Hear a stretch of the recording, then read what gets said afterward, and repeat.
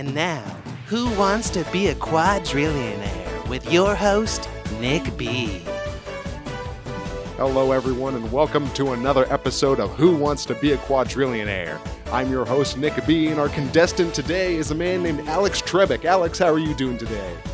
I'm doing great today, Nick. I'm so excited to be here. I'm ready to be a quadrillionaire. Fantastic. Now, have you seen our game show before? Yes, plenty of times. All right, then I guess we're going to get right into it, folks. I have your first question right here. What is I like to buy a vowel. That's wrong game show there, buddy. You're not buying letters here. That's what is that, Wheel of Fortune? Yeah, it's Wheel of Fortune. Let me get back to the question. What is the batting average of the... What is Lake Titicaca? All right, now that's Jeopardy. No, this is Who Wants to Be a Quadrillionaire. Now, I got to finish the first question, please. It's only the first question. All right, first question. It's an easy one. What is the batting average of the 1986 Dallas... 1,500 on the dining room set. All right, get this guy out of here. I'm fucking done with this guy. Get him the fuck out of here.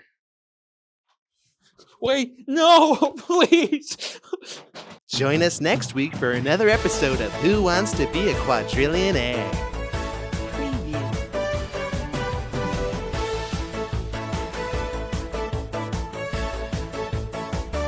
Let's get this party started.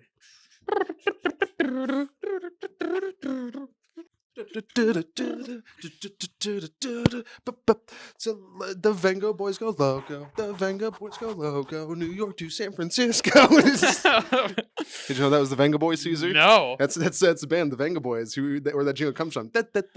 Really, for the Six Flags commercial? Yeah, you thought it was Six Flags. No, it's Vengo Boys, baby. Vengo Boys going loco. New York to San Francisco. I had a feeling it wasn't like an actual song that they wrote for their commercials, but Yeah, no. the Vega? Venga Boys. I think it's Vanga. Vanga, Venga Boys, and they're all. I think they're like a gay hyper pop, like buffed up group. I think they're like a Village People type, but more poppy, given the Oh, it sounds pretty high. Yeah. I bet seeing them live is a real hoot. I bet they got the whole bus there. The bus? Yeah, I think that's what it is. The Venga. I don't remember if it's the. It's like the Bang Bus? The band is called the Venga Boys, but the song might be the Venga Bus because they're going New York to San Francisco. They're traveling, so the Venga Boys might be on the Venga Bus. Doing what Vanga boys do. Yeah, banging and vanging.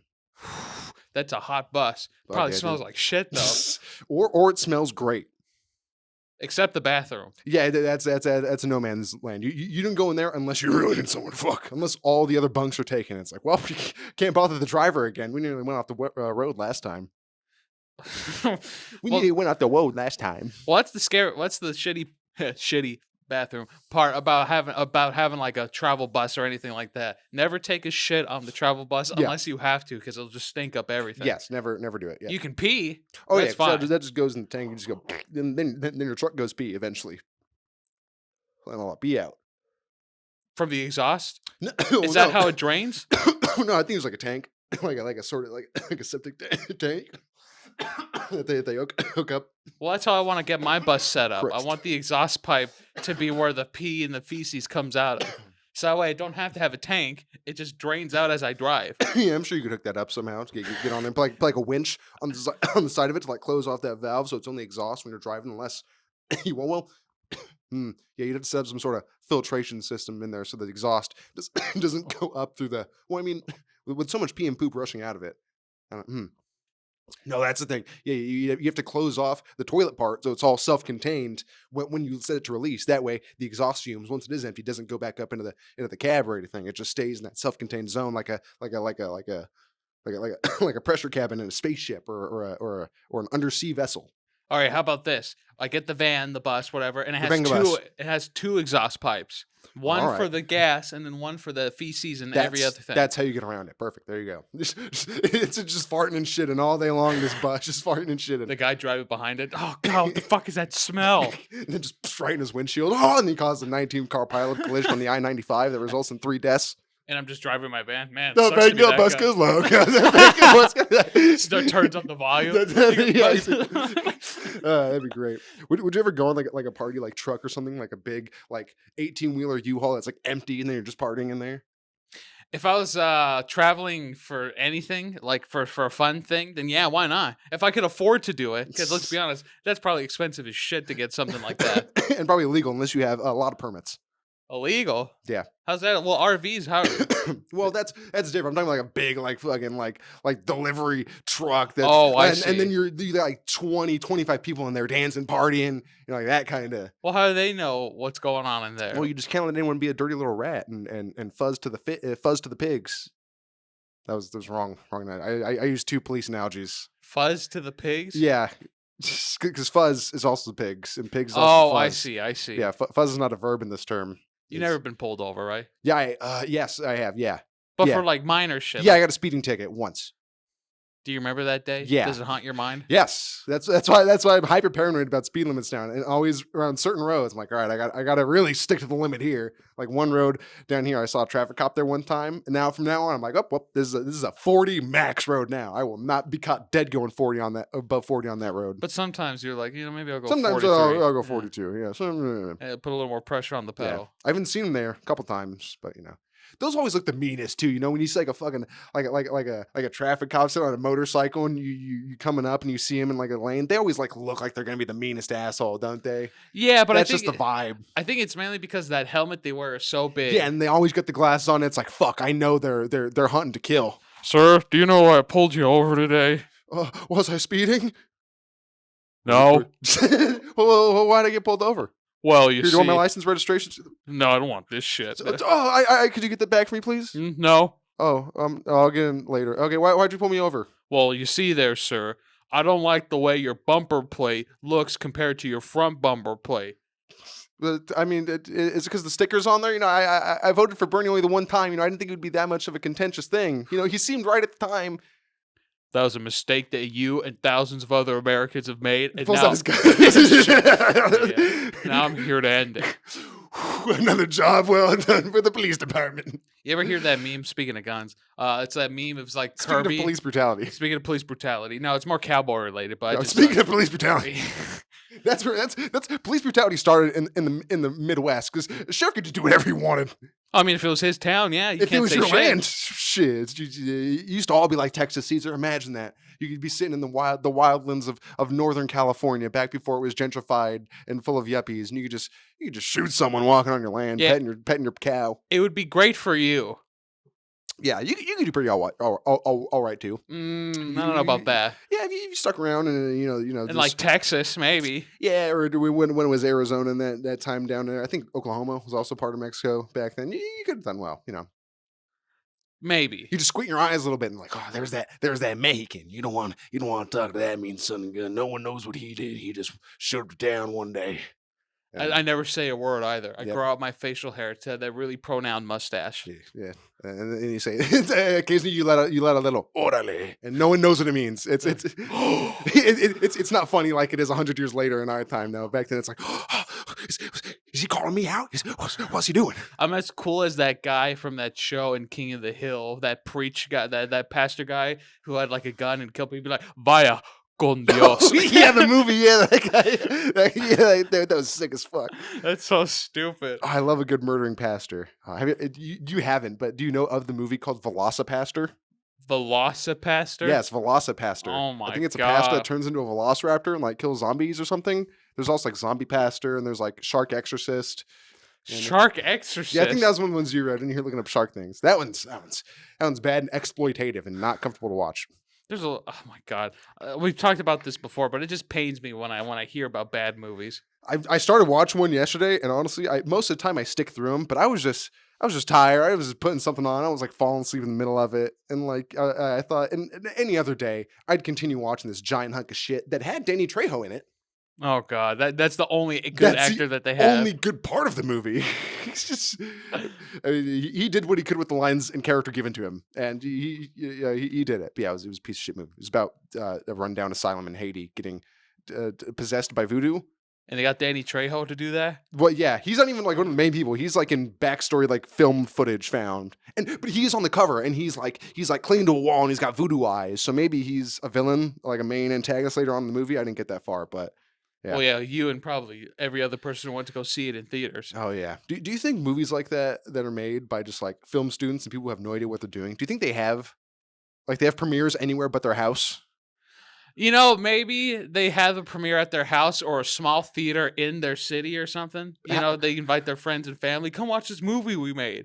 But how sad is it though? How sad and shitty is it though when everyone agrees to do that and they see you go to Tubi and like, oh, you made a Tubi movie? It was like, Uh, yeah, our friend made a movie. Oh no. what's it on? Tubi? Oof. Ooh. I'm Ooh. gonna be sick that day. I think I'm going to stick to Peacock on that one. I'm a freebie man myself. I can't. I prefer Canopy. I prefer Movieplex. I prefer. My Amazon Fire Stick. My My bootleg Fire Stick. I prefer Plex TV. Thank you very much. Dude, Plex TV is good. It's got like a whole. It's like multiple. It's got movie channels, and you can see like 3 time slot segments of what's gonna be playing. So you can see and it plays good shit. It plays actual good movies. Not horseshit garbage stuff here No. and there. No, But probably sometimes, right? Oh yeah, sometimes. Well, no, because it's mostly mainstream and good shit. And if it is something bad, it'll be on like the cult movie channel where it's like it's popular because it's shitty, you know. But I don't think I've ever seen a real shitty shit movie on there. All right, Nick, let's throw down some ideas for a really shit movie. We'll go Alright. back. We'll play the game like you know, you build a sentence, but this will be about our movie. Oh yeah. All right, so we're just gonna throw out some ideas. I'm Yeah. thinking intercontinental outer space demon cop. Okay. Yes. Demons in yes, demons in space. No, you can't do the cop angle unless. Well, I think that's a little too broad and too advanced for our level of filmmaking. Because you Okay. could do that in like a futuristic cyberpunk space living society. He's a demon cop on like this colony or whatever. But I think for right now, for our simplistic minds, we should stick to demon in space because that's a good example. Hellraiser 4, one of the best in the series. They had multiple demons in space. They blew them up in a giant cube. Okay, so demon in space. So demon in space. Okay, why are they in space? Are we in the present? Are we in the near future? Are we what's the timeline like? What are we doing in space? It's 1,000 years from this date today. The And- Earth is no longer existent. Okay, and we're on colonies, but the Earth went through some cataclysm. It's not really explained because it doesn't have to be. Oh, how about the Earth when it blew up? It blew up into chunks. So now people live on the moon, and 2 of the chunks that are left from Earth. Yeah. So now it's like 3 moons. And there was a lot of people died, so you got to go out to like search for like mining operations, to get like precious metals and gold and shit to try to fucking reconfigure society and get shit back together. And on one of these mining expeditions, they drill a hole into hell or Mhm. something, or there's like some eldritch god in the meteor they're drilling into. And then that's where the demons come in because Yeah. they start invading that part of the planet. And now the other 2 got to come together so they can take care of that demon. Well, here's the thing: is it going to be a big, like a giant alien type threat that's coming to destroy civilization, or is it a singular entity that gets into the mining operation, a la Aliens, or some other better movie? What if it's one guy at first, but then the plot twist at the end of the movie, there's more, thousands of them. Yeah, it's like a thing. It's invading other bodies and kind of spreading itself. Yeah. All right. This sounds like $1 million Yeah, movie to me. it sets us up for a sequel because those other fractured parts of the Earth, of course, there's never going to be peace in the Middle East. There's always going to be war on Earth, even if it is fractured. So yeah, it sets us up for sequels. Yeah. Oh man. Of sequels because there's more chunks that floated further down Yeah, that we yeah. never found. There's the lost colony, the lost tribe. It's an analogy for the Jews. That's how we get the Jews involved. This is the ultimate trilogy. Spider-Man, get out of here. Lord of the Rings, who cares? Demons in 50% of marriages space. end in divorce anyways. Demons in space. Then Demons in Space 2, The Lost Colony. It's going to be called Demons in Space. Then Demons in Space 3, The Last Effort. Unification or refractured. Oh, refractured. Because the final confrontation takes place on the fractured Earth, and then they have to put aside their dreams of bringing it back, and they have to blow up the Earth because they have these other colonies. Like, oh, we gotta send it, and then they blow up the entirety of the Earth while the demon threat is there trying to capture themselves. Man, wow! I'd see all 3 of those in theaters multiple times. Each movie, 10 minutes long. They're going to say each movie budget $10 million. Well, I was thinking 20. Yeah, 10 million is kind of small for that kind of a spacefaring feature. You got to get good CGI. That's got to be the only good thing about the movie. We gotta get if we have good CGI, the writing, the actors, the screenplay, that it could all be Yeah, bad. the space is all got to be CGI because we don't have the capabilities to do that yet. But then the interiors with the demons and stuff, that's all got to be practical. That we got to get costume designers and like the people who do like the paste and make like the things. We got to get real practical on those things. It's gonna look a little bit worse, but that's what adds a charm to it. It's real, you know. Well, we should get the past 5 winning contestants of Face Off from the Sci-Fi Channel. That Oh way yeah, they yeah, could do the yeah. costume That design. show that hasn't been on in like 7 years. Wait, it's not going on anymore? It's probably only reruns. Oh man. Actually, you know what? It might be because I think I saw an ad for it on YouTube or something. Yeah, I would imagine. I thought it was a pretty Maybe. popular show. It was. At least it probably would be on like Peacock or something now. At It least probably is. is 100%. Sci-Fi still a thing? It is. Sci-fi Is is it? definitely still a channel. And they Wow. play. They play stuff. Sometimes they get the license to play something halfway Sharknado? decent. Yeah, I'm sure they've played Sharknado once or twice on there. I don't think they go so far as to play things like a Shark Exorcist or anything real trashy. But they get the beginning. They get the B-level trash where it's like, all right, this is just. It's not so bad. It's terrible. It's It's okay. It's just okay. Exactly. Nothing spectacular. Honestly, that movie idea got me. Yeah, I can see it all in my head right now. There's a lot of missing chunks, but it's there. The skeleton of it is there. I think we could do this. Would you ever, if you ever got the chance or opportunity, would you ever write a part for a movie? Fuck yeah, that sounds fantastic. Mm. Because like I love writing. I like creating. I've tried many a time to create a world or create a narrative and shit, and sometimes I succeed more than others. But I feel like if given like a part in something, like you're creating a part of this world, I feel like I'd be able to do that a lot easier because I'd imagine there'd already be rules and lore and stuff in place. So I just draw upon and expand from there. Mm. It's hard to create something, but to make an adaptation of, that's where real good shit. Where the real chops come in. Yeah. Speaking of which, Super Eye Patch Wolf. As they were recording this yesterday, he released a video that's like 2 hours long. And it's great. It's like a fucking documentary, basically, about fake video games that don't exist. What do you mean? So there's a large community of people online who like to.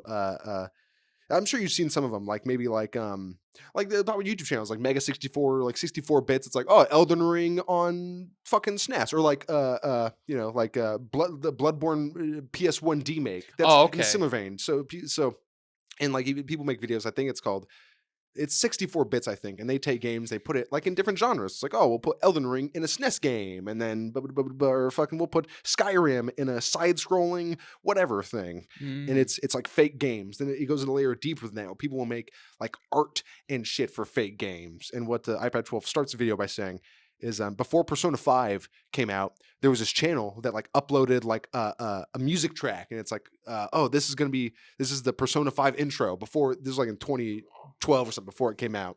So then people were thinking like, oh, this is like a leaker or whatever the fuck. And then Persona 5 came out, and none of it didn't have any of that. Huh. It was just all like fake shit. But it's like, why would someone do this? And then he goes even further into like people making like art of games, like of fake games. So like take like a screenshot, well, not a screenshot. They'll just like draw like basically a screenshot of a game that doesn't exist, and of like HUD elements and shit there. And they're like making like a narrative, but like of art, Well, it's more not to like make it fake, but it's because they want to like create Yeah, something, they're right? creating like a video game art style. That's the style they're going for. But then Mhm. a lot of people go even further than that, and to actually create whole like narratives. They'll do multiple pieces that add on to this video game they're making. Like iPad 12 himself, he has a clothing brand that he's doing, and he's doing a similar thing through that, where it's like a fighting game style thing, and like the shirts and like sweaters and shit, they have like character select and like bits of like fighting pieces. So it's like a fighting game story, but told through his like shirt brand. Mm. And another great example he had is like this video someone made of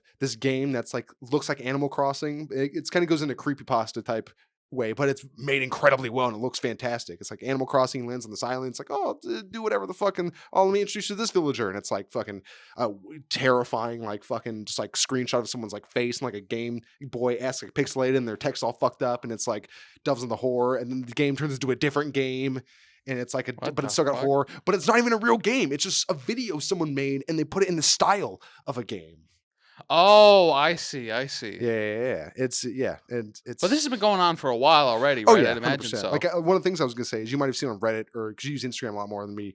Like someone made a Breaking Bad, but as like a Game Boy game. You might have seen that, but it's like, yeah, like black and green, like old Game Boy. It's like Breaking Bad scenes, and they turn it into like an Eldritch horror thing where like they turn into giant monster kaijus and battling each other, and yeah, it's like weird So shit. Walter White's just Yeah, yeah, and like they show like gameplay segments where Jesse's like running through a street, and you gotta like press A to dodge. There's like button prompts, and yeah, it's people making fake video games, but like through art. It's really interesting. I gotta see that video later Yeah, myself. I'll say. I was gonna say it to you yesterday, but I was like, it's 2 hours long. He's not gonna have time to fucking watch this, but it's very good. Well, I mean, I would have watched it, part of it at least, and Oh, probably maybe yeah. finish it today. Yeah, Yeah. yeah. I'll definitely send it to you after this. Okay. And the last one he ended on, which is what I'm probably gonna purchase, is a thing called Vermis, and it's out in a book form, and it's basically like a strategy guide for a game. That's like, oh, you go here, you do this, go through this area. There's this thing here. You'll find these enemies here, but the game does not exist. It's just these books that are saying this thing. And even in the beginning, it's like, oh, there are these classes you can choose from, and here's their alignment, their starting equipment, but it doesn't exist. It's just these books. And it takes you through these like stories and narratives, like areas in like a D&D-esque kind of way. But you don't make choices because it's presented as a walkthrough. It's like, this is the things that happen. It's telling these like medieval dark fantasy stories, like Dark Souls plus Berserk in a way, just like really dark and grim. And it's very fantastic. Brilliant artwork. And they're only $15 for the 2 volumes that are out. But I'm imagining, since you said it's more like a walkthrough and it's not an actual game, but it tells you to like skip to certain parts, doesn't it? Or No, it kind of goes through it in like a linear way. There's only 2 books out now, and I think it's kind of presented in like it's a walkthrough video game type fashion, but it's also sort of D&D-esque where both books are like different like scenarios. Like, so the first book I think is like starting shit, and the second book doesn't exactly follow up at the end of it. It's like, okay, this is this expansion now, or this campaign, and it's like, so it's just separated more into parts, but it's yeah, still kind of but it still connected. has like crazy, like really detailed, like gritty, dark artwork and fantastic like writing in there as well. It's just great.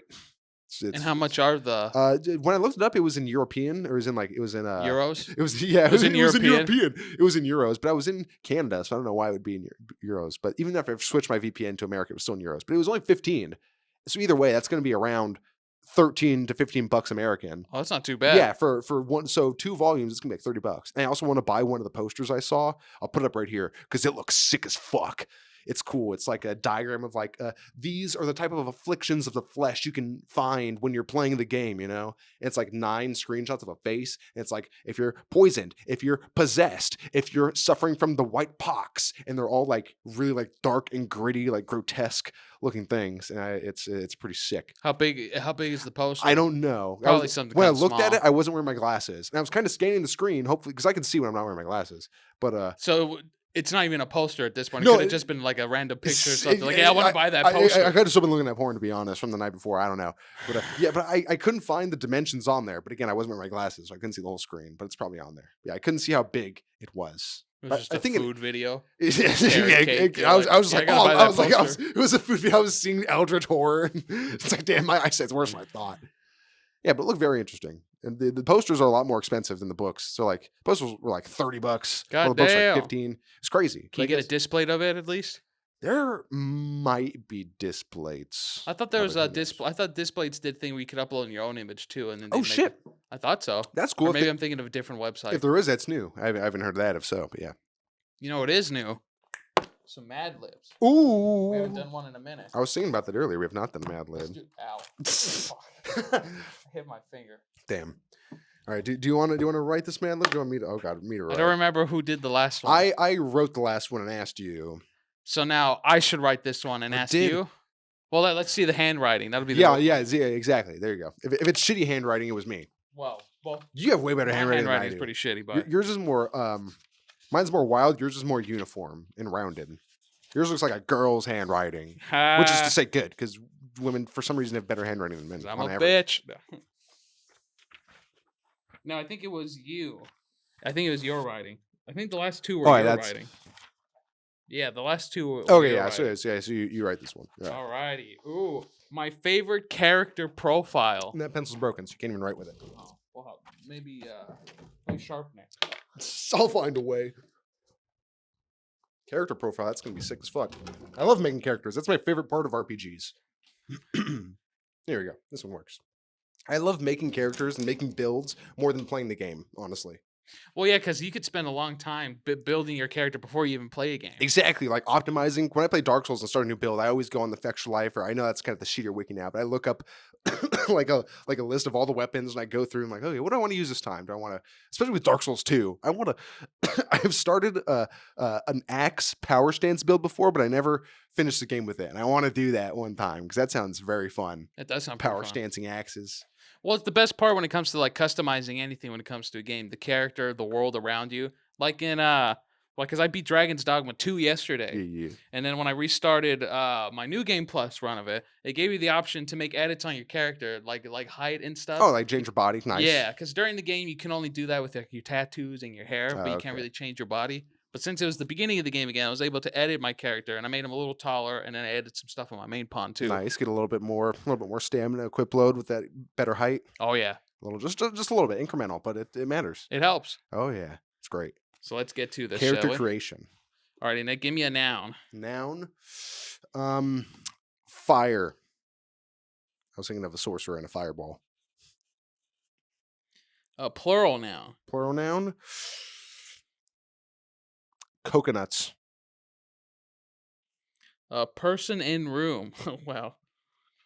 Let's say a person in room. I'll go a little wider in the room. I'll go someone in my general likeness, or not likeness. Someone. Let's just say, for the sake of argument, Kiryu. Kiryu. Why not? I love my boy Kiryu. He's great. And then a verb. Verb. Puncture.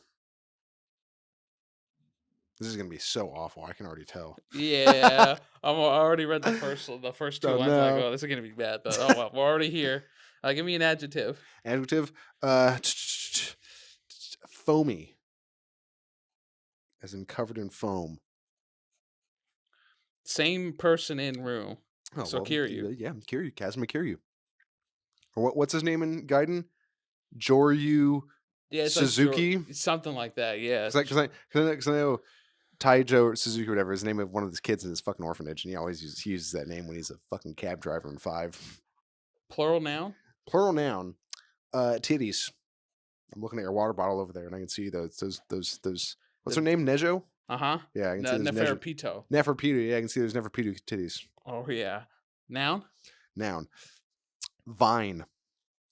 I started thinking of Tangrowth because I saw that sticker next to Neferpitou, and it reminded me of Tangrowth.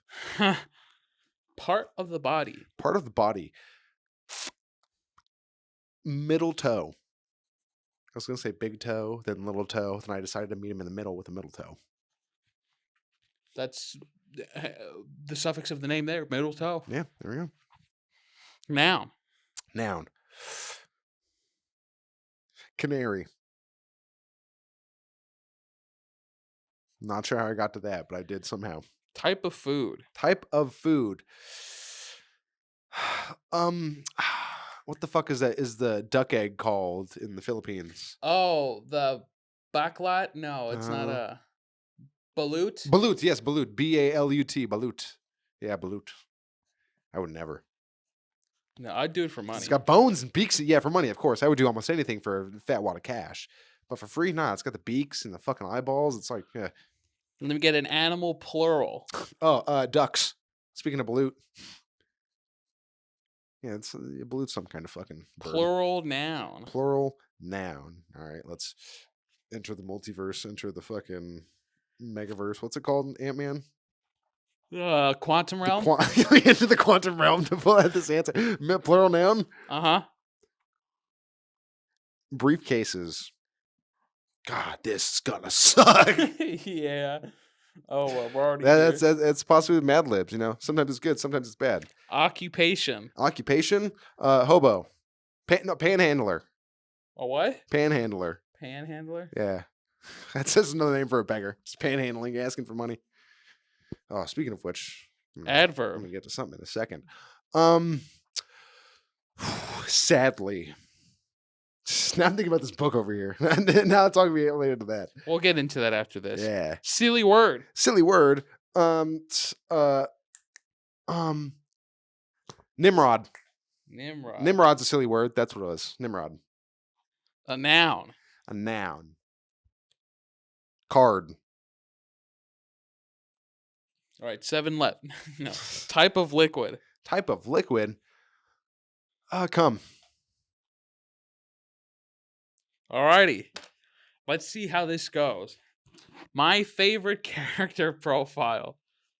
The best fire I ever created for Dungeons and Coconuts was Kiryu Fedler Punctured, whose Jesus. alignment was chaotic, foamy.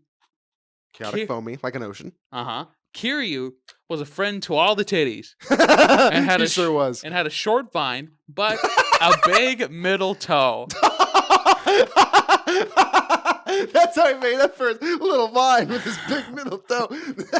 Oh man, this went from terrible to fantastic. All right, continue. She came from a village named Canary Dell. Okay. Canary Dell. All right. Loved to eat raw baloo Oh, gross. and was a local hero who saved ducks I wonder why. from raiding hordes of sentient briefcases. Oh no. One time, a warlock kidnapped her while she was on a mission to save the town panhandler. Fortunately, Why? Why save him? He sucked. He's an asshole. He's a bum. Fortunately, she sadly escaped thanks to Fortunately, she sadly escaped. thanks to Nimrod, her trusty card with a thick mane. Mm. Of course, being able to control cum with her mind made her daring escape that much easier. Oh man! Oh, that started off real shit, but then that skyrocketed. Has real some pretty quick. good moments in it. That was great. Oh man! Oh, I don't think we're gonna top that one for a while. No, definitely not. That was great. Rocky start, but a lot of good narratives have rocky starts to them. That fire though, that's the best fire. Yeah, that's the best fire I ever made. Oh man. Oh Christ. Well, Why don't you get into your book that you want to talk about? fuck. The last 2 or 3 answers for that Mad Lib came from direct inspiration from this book I read in 2 days. You read this book in 2 In days? 2 sittings. Well, like 2.5. It's but I read it in 2 days. Fantastic book. Well, the half sitting was about about the dump, right? Like you went to go take a dump. Like I could read a little bit real quick. Oh yeah, definitely. No, I read like a fuck ton. Was 2 days ago Wednesday. I read for another few hours on Thursday, and then I only had like an hour and a half left of book time, so I finished it in that hour and a half on the same day. But the book in question, one of the best books I've ever read. One that has touched me in a way that I haven't been touched in a very long time by a book and or a person. But no, seriously, this book is fucking fantastic. Stephen Hart, Stephen Hawking, Stephen King. Epstein's mathematica Equation for how to get away with raping many young women on your island for many years until the government finally catches up with you and gets you to kill yourself in your cell. Yes. Yeah. Stephen King's Hearts in Atlantis. This is a fantastic book. That's it's great for all the reasons that Stephen King is great. For one, first it's got that horror element to it, but it's not the classic, like fucking like It or Cujo or Shining horror. This is this book features a lot of the horrors of man and the horrors of mankind, both created and in the real world, because this is a book that's focused around for the most part, the 60s and growing up in the 60s and then Vietnam and the consequences of Vietnam after. Yeah, you didn't think it was going to go here, was it? You didn't think we were going to Vietnam, did you, buddy? Well, we're getting back in the green, back in the bush. But so it's great for that reason. It's the horrors of mankind and the horrors of reality that we're living in. It's a book about growing up. Not just growing up in the 60s. It has people who did that as well in that era, but it's just about growing up in general, because there's a lot of similarities. I think anyone could read this book if they were willing to, and find some similarities between themselves and the characters within this book for one reason or another, about growing up. And then it has a lot of good message about just like life in general. And just the nature of life and just being a person and having grown up, becoming like an actual person, dealing with consequences of life and consequences of your own actions, and planning for things in the future, and how to serve penance for those things, and just growing up, and and at the end, the most important thing is that it lets you know that it all gets better. So this book is basically a therapy session, with bound between piece of hardcover plastic. Yeah, this book is to literature what Neon Genesis Evangelion is to anime, and that is a solution to depression in one way or another.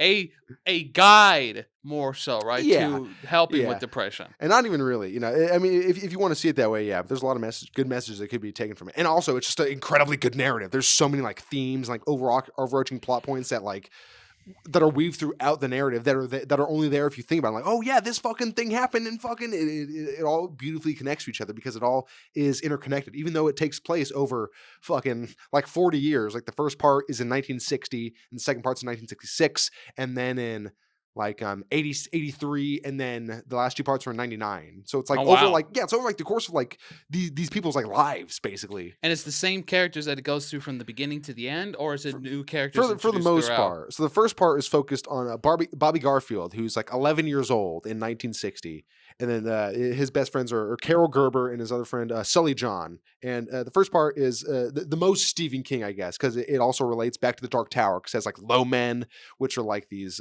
otherworldly beings who are like coming through universes to capture this guy Ted Brodigan. And like in the world of Stephen King, there's like the thing called the Dark Tower, and that's like the linchpin for all of reality. And it's held up by beams, and there's like 12 beams, right? And there's the evil king, the king in the king in yellow. I don't know if he's the king in red, the red king, whatever the fuck. He's the Crimson King, that's what he is. And all the low men all wear yellow coats, and that's also Lovecraftian, because I think that calls back to like Hastur, or like the king in yellow, who's like, you know, he's a big Lovecraftian dude. And they get like psychic people who are like in his book Christine, or in The Shining, you know, Danny Torrance, he has the shine, or like these psychic abilities, and that's what these low men are looking for, people with those abilities who can break these beams holding up the Dark Tower and destroy it, so the fucking Crimson King can rule all the things. Oh Jesus! All right. That's what a lot of Stephen King books are about. Underlying that's also there, sprinkling up through a lot of his books.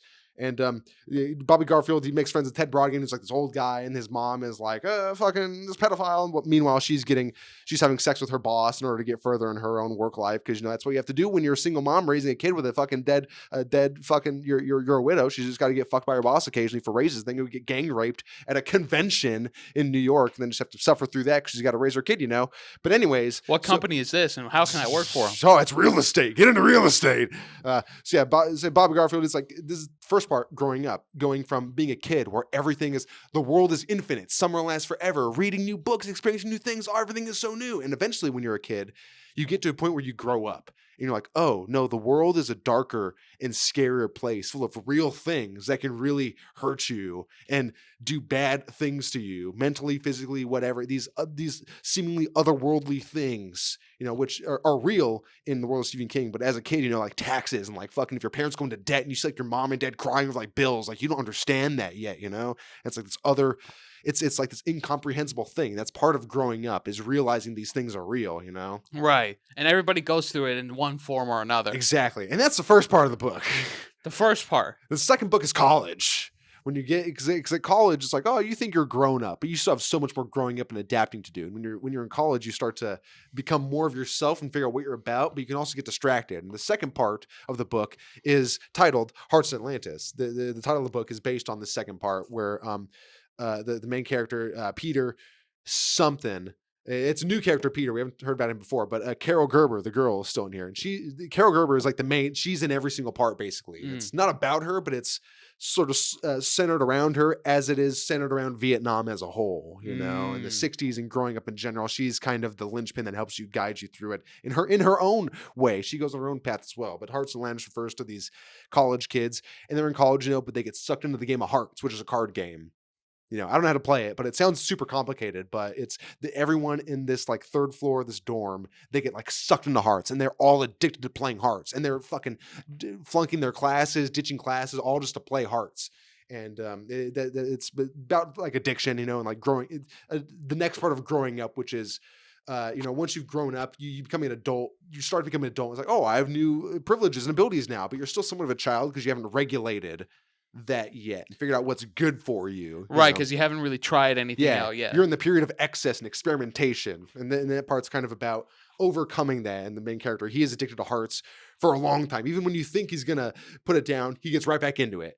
And then it's only like at the end of like the last possible point where he goes on Thanksgiving break and he's at home and he's like, I have to get away. And then, he breaks up with his girlfriend because him and Carol Gerber are having like a relationship. And then, but she's getting caught up with the Vietnam peace organization where it's like, fuck fucking Nixon, fuck Vietnam, we're sending people to die. And there's like, that's another part, a big part of that is the revolt against Vietnam that was happening at the time, especially in the younger crowd, like the colleges, because they were That was the hipster crowd back in the 70s and yeah, stuff. Yeah. It's just like you fucking stop this bullshit in Vietnam, And then he finally gets his act together, and it's growing up at that point. And then it's also there's also another like main giant part. This kid, fucking George Stokely Jones the third, and he has like crutches, and he's like fucked up, and people like make fun of him. And it's like and he's kind of like a loner too. He's like fuck all these people basically, and he just does his own thing, And eventually he goes through his own shit. And that's also about growing up and realizing, one of the main fucking point of this book that doesn't say outright is that it's like, don't make fun of disabled people, because it's fucked up because they're suffering through shit. And it's not until the end. He's like, this guy's one of the main characters throughout this whole second part.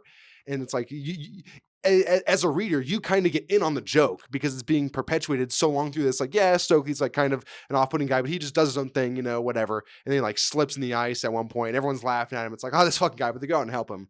And you don't figure out until that point. It's like, oh, why is he paralyzed? Oh, because he was in a car crash when he was young and his mom and his dad and his sister died. He's the only survivor. And that's why he's an asshole who hates fucking everyone in humanity, because everyone fucking laughs at him without fucking even knowing his story. And then that's a whole other thing. Damn, that's so true though. That's also part of growing up. It's like you just think you're young and naive until you realize again the horrors of reality, like the horrors of Vietnam. Wow, this sounds like a pretty good read. It's fantastic. Is it small print? Kind It's not that small, but it's fucking great. Again, it's separated into 5 chunks, and the chunks get smaller and smaller. So the first chunk is the biggest at like 250 pages. Damn. The next one's like 150, and the next one's like 60 or so. But yeah, and that's only the first 2 parts. There's still more after that. I can tell it's a pretty thick book. Yeah, but it's just a great book. What would you give it a score out of 10? 10. 10? It's great. Solid 10. Fantastic. I think this is the first 10 you've given a Stephen King book. On here probably. On here, yes. Yeah, but yeah, they're all great. They're all. I haven't read a bad Stephen King book yet. Even some people say some of the lesser ones like Elevation. People don't like Elevation because that's like a self-contained story about like it's. I'm not gonna get into it, but a lot of people don't like it because it's not connected to anything. It's just a short thing, but I like it. It's a cute little thing. It's great. But yeah, I fucking love Stephen King. It's great. I mean, also this is major peace and plus love equals information. That's a big part of the book, big part of life, big part of Vietnam, big part of the 60s and 70s at the time. And I thought, I might want to get this tattoo, just peace, not peace plus love equals information, but just peace plus love in this way here. Yeah, no equal sign. That'd be pretty good. No, tattoo. just peace plus love, just like up here, just like smaller some shit. But yeah, because this is a great book. It's got anything and everything you want from Stephen King. Anything he's known for in his like writing or whatever, it's all in there. It's all there. I would love to. I would buy a copy myself. You should. Well, how much is it? I bought this one at fucking Goodwill, and I think there was a sticker on front that said like $1 something. $1 something. But I probably got it for maybe like $5 at the most or something. But you can you probably find on websites for $10 less maybe. $47.33. Yeah, if you want the fucking newbound copy. But yeah, it is. It was great. You know what else is great? Your mama. Well, yeah, she makes a pretty good spaghetti, and that's not because she's Italian. But music recommendations. Music. We've been going. Well, I mean that's 60, but we did like the intro was like 12 something. We still got a little bit. Have you? I mean to ask, how far did you finish the Yu Yu Hakusho mangas? I finished them a while ago. Remember? Yeah, I thought so. I read through them. From the beginning, obviously up to volume 7. There was a little bit of discrepancies between the manga and the actual anime, which I already knew because there was just a little discrepancy between some different characters. Yeah, it happens. But for the most part, it was pretty accurate to what I already knew about the story, and it was a really good read because Yoshihiro Togashi has a really good art style when it comes to drawing his manga. Yeah, seems pretty distinct and like very 90s, but yeah. And again, the website I got them off Thrift Books. You can go on there if you want. Start getting each one like piecemeal, get them because they'll be $9 or less. I got all those from $9 or less. Right. Yeah. So if you want to continue your collection, I definitely have to finish it. Pretty easy to. Yeah. So yeah. It just needs 6 more volumes. Yeah. There's 13. What? No, there's more than that. No, There's like 19. No, no, it's only like 13. It's only 13 volumes of Yu Yu Oh, I thought Hakusho. I got you slightly less than half. Oh shit. At least I'm positive there was 13. I think there was 13.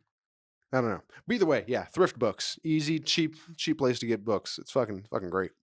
Yeah, I need to check it out. I haven't been on the website yet, but I'm pretty sure I could get that and the other manga that I've been wanting too for my bookshelf. So Ooh, what's that? Black Black Clover. No, not Black Yeah, Clover. isn't that the porn? Is that one of the porn animes? Or the No, porn mangas? no. What? Isn't it? Black Clover? I'm- No, you're thinking of like the High School Dead and Dead, or like the cooking one where the girls get, where know everybody about gets that one. naked when they eat a good piece of food. What? Bible Black. I'm thinking of Bible Black. That's what it is. Bible Black. Oh yeah, that's a porno in a Yeah, manga. it's- Yeah, They have a game. they do. Yeah. It might be like a browser, like point and click. I started watching this guy Matt McMuscles play it, and I was like, "Oh, this is a porn game. I might save this for later," and I never watched it again. But yeah, Bible You Black. never watched it again. I might, Yeah. Yeah, High School of the Dead. I remember watching some YouTube videos of High School of the Dead. Oh yeah, that anime in and of itself was very sexy. Yeah. But anyways, what was the other manga? Jujutsu Kaisen. It's not Oh, nice. done yet, but it's nearing the end, so I could start buying the volumes right now too myself. Hell 'Cause yeah. That's a manga collection that I also want. They might have those on there. They probably would. Probably. Yeah. And they have filters for like new condition, good condition, like okay condition. So you can Semi-used. Yeah. you can filter it out because Oh, that's not too bad. yeah. What was the condition that you got the manga for Yu Yu Hakusho for? I think they were all Semi-new. good new. Yeah. I think one of them, I think it was the first one, was a little bit older because I think those pages were yellowed a little bit just because just from age, Right. Yeah, that's how you know it's good. I love a good old book. Where we could if we could see the age on a book, it's a classic. Oh yeah, I think only one of them was that little bit slightly aged. They were still good condition. I want to get the fucking Berserk, those big The hardcover ones. Yeah, I want to get those, and since I've already started my collection of the fucking singular volumes, I got to finish that as well. But Well, did you hear about the news about? I think it was a movie of Guts. It's going to be Guts, the Black Swordsman, or not the what was it? The Black Swordsman, something like that. I think he's so. a black swordsman. Okay, so I think that means it'll be that arc. So the Golden Age, I think, is when he's in the Griffith's company. When he's Ho- with holy- him before he does. Yeah, when they're mercenaries still before it gets hyper fucked. Yeah. The Black the Black Swords is after that. Yeah, the Black Swords is when he gets fucked and he's alone with Puck. Yeah, okay. But that's when he gets to be his most badass self. Oh, he's so cool. I love Guts. Oh, he's so cool. Whenever you think of any big anime sword heroes, the first one you always think of is Guts. he's so cool. Every big anime sword hero is based off. Well, Not every. no, because I think there was like probably a couple before him. But yeah, but fuck, oh Guts. Oh, I love Guts. He's great. Berserk is another fucking fantastic piece of written media that just takes you through all the emotions and gives you a lot of life lessons, and it teaches you about growing up in harsh conditions.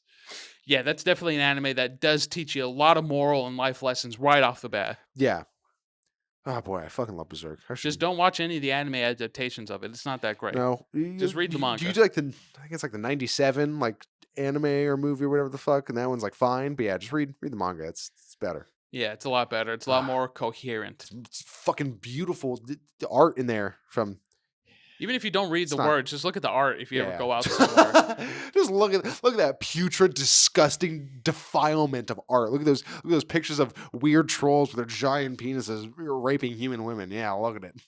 I think it's pretty good. But also beautiful things too occasionally. Yeah, landscapes, blood. Yeah. The trope of like 5 silhouetted figures floating in the distance. There's just like the sun rising and just like 5 like little specks. You can't even see what there are. There's just 5 of them floating there. It's like, oh fuck, what the fuck is that? It's I great. don't know if I've ever seen that. Yeah, that was in the promotional shit for what is it called? Death Stranding. Oh, really? Yeah, there was like a trailer for that was like having there was like fucking it was the spirits or whatever I guess that the game is about. They're like, yeah, it's cool. It's cool imagery. It's cool stuff. Cool stuff. But don't look into the context. It's fucked up and terrible things. Everyone goes through fucked up and terrible things in the world of Berserk. No one is pure except for Puck, baby. Puck is the only light of purity in the entirety of Berserk. But that's a theme in and of himself too. Yeah, he's a little fairy guy. He's like, I want to get back to Elfland or whatever the fuck it's called. I don't remember. Yeah, it's literally Elfland or something. I think Elf is in the name. It's like Elfin. I don't know if it's Elfenheim or it's something like that. Elfenheim could be. Berserk is so good. It's so good. Fuck, it's so good. But you only have a few volumes of it, right? You don't have the whole set. I have at least like 10 of them. But it's not. No, I have some whatever the word is. sequentials. I have like it's like 2, 3, 4, and like 9 and 7, like 11 to 13, 14, 15, and the bonus one at the end that goes like through character bios. Yeah, I got a couple. I got a few. But you got to finish the collection though. I have like a third, around a third. Around the third of it. Yeah. I'll be right back.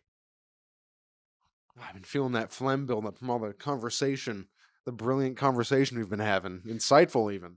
I mean, yeah, you were going on a good old spur about Stephen King. You finished your drink. Makes sense. You had all that nice, beautiful saliva building up. Yeah, we had some laughs, had some gaffes over a Dungeons and Dragons Mad Lib. We made our own movie, for Christ's sakes. We fleshed out a trilogy of movies, which is going to appear in theaters near you sometime in the summer of 2027. No, it's the winter of 29. The winter of 2029. All right, yeah. You know what? We'll do it. See, I dropped my microphone because I was so excited by the idea I just had. We're going to release it Netflix style, all 3 movies sequentially, one week after another, on Tubi. That's how we're going to make our money back. On Tubi. Everyone's going to flock to Tubi, make a free Tubi membership. And from all the ads, we're going to play like 6 ads on every ad break. Because some Tubi movies, it's like 1, maybe 2 ads, maybe 3. Some movies have like fucking 4, 5, 6 ads on every fucking ad break. We're going to be one of those. Well, just remember, our movies are going to be 15 minutes. So, I think we should do 5 minutes of ads just throughout the movie. So that way, each one builds up to an hour. Yeah, and then during the movie, we can put like a very tiny window in the top right corner that's always playing ads. It's always visible. You can always see what's happening in it, but it's just small enough where it's not too much of a distraction. We'll have to have a lot of audience participation and some workshopping to figure out what that range is. But by God, we'll get there, and it will be done in the winter of 2029, just in time for the holiday season. That's why we need you guys to subscribe to all these things we're doing so we can fund the movie further. Exactly. Without we're the bones and skeleton of the Clueless Boys operation. You are the lifeblood. We are the body. You are the blood of this proverbial Christ. Just don't drink it. Yeah, no, that's gross. And necrophiliac and vampiric, and those are all against God. Yeah, we're Christian boys here. Yeah, we believe in our Lord. Yeah, I'm a neo-Christian, which means I kind of vibe with Satan a little bit. He's got some cool tenets, but for the most part, it's all about my boy JC up there. That wasn't a heil. That was a hi to JC. No, it was a heil towards heaven. So that's why it's good. An HH, if you will.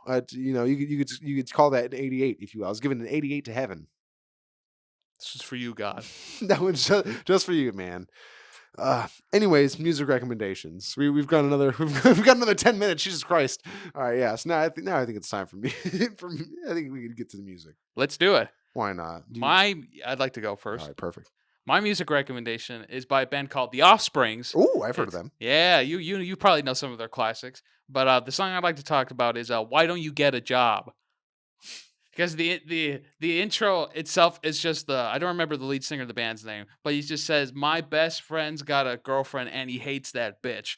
That's just how that's the whole first line that he says, and then everything starts building up. The drums come in, then a little bit of the guitars, and then everybody just joins in about him talking about his friend's girlfriend who he hates. And then at the end of the song, it gets reversed around. He's like, "Oh, I know a friend of mine. She has a boyfriend, and he's a real big dick." So it just plays a reverse on itself from the beginning. So I thought it was pretty interesting. Yeah, sounds like a pretty interesting track. Yeah, it's heavy punk rock. Nice. Not too much heavy. It's more like punk rock. Yeah, punky. Yeah, I could feel that. Yeah, from the way you were describing it. Yeah. I've been in a punk rocky heavy kind of mood lately. Nice. My music recommendation is a song that I woke up thinking about yesterday and kind of intermittently thought about throughout the day yesterday, and then not today. Today was a different song, but I wanted to talk about the one yesterday. And it is Metallica's "For Whom the Bell Tolls," and I guess I Ah. thought about that because this book, dying and whatnot. Sometimes the bell tolls for you. Sometimes you have a heart attack in the middle of a fucking freeway, fucking traffic jam, and you think the world is falling down on you, like pianos and fucking statues of wartime people, and then you see the woman in Vietnam that your buddy stabbed, that innocent Vietnamese woman that now haunts your waking nightmares, and then you just have a heart attack and die. Well, it's real to you because it's happening. Yeah, and then that's and there's a beauty to it in that, because you go in a dignified way, to yourself at least. To everyone else, you died of a heart attack in the middle of a pile up, freeway pile up in the heat of summer, and it's kind of pathetic. But to you, it's fine, and that's all that matters. Right, because when you passed, you saw everything that was horrifying that happened in your life. Yeah. Everybody else is just like, look at this fucking idiot. Dying Yeah, on the and they didn't street. even know until the traffic started going. They're like, "Fucking move!" And Move, little did they know Grandpa. you were dead behind the wheel. And then your death is the catalyst for the relatively happy ending at the end of the story. So in the end, it all worked out. Right, because you don't have to pay for the damages that you caused on that accident because you're dead. Yeah, you were the middleman for all the acting operations throughout this book. You got fucked the most, to be honest. But that's what's got to happen sometimes. Damn.